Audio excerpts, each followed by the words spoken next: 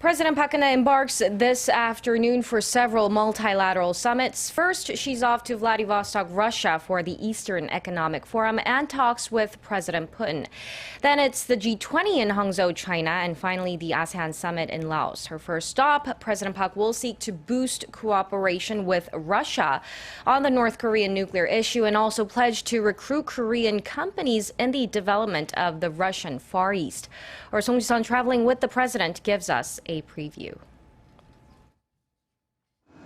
One of President Park's main goals is to convince Beijing and Moscow that the U.S. missile defense system THAAD is a necessary countermeasure to North Korean threats. China and Russia view the system as a possible challenge to their security interests. Before heading to Vladivostok for the Eastern Economic Forum, President Park gave an interview to Russian state-run news agency Rossiya, saying there would be no need for THAAD if Pyongyang put an end to its nuclear threats. 이미 수차례 밝혔듯이 사드는 북한 이외의 어떤 제3국을 겨냥하거나 제3국의 안보 이익을 침해하지 않고 또 할 이유도 없습니다. Stressing how Pyongyang's provocations threaten not only the Korean peninsula but all of East Asia, Park also pointed to Russia's influence as a permanent member of the UN Security Council.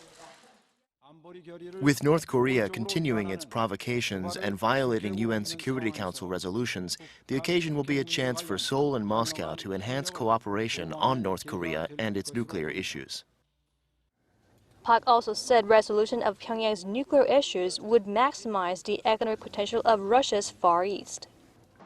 Accompanied by a business delegation, President Park will also hold a business dialogue in Vladivostok to help Korean companies find new opportunities in the port city. The president's visit to Russia will contribute to developing the country's Far East, while at the same time expanding opportunities for Korean companies to enter the region. President Park on Saturday will deliver the keynote speech as the Eastern Economic Forum's guest of honor, laying out her vision and Seoul's role in development and growth in the Far East under her Eurasia initiative. Song Ji-sun, Arirang News.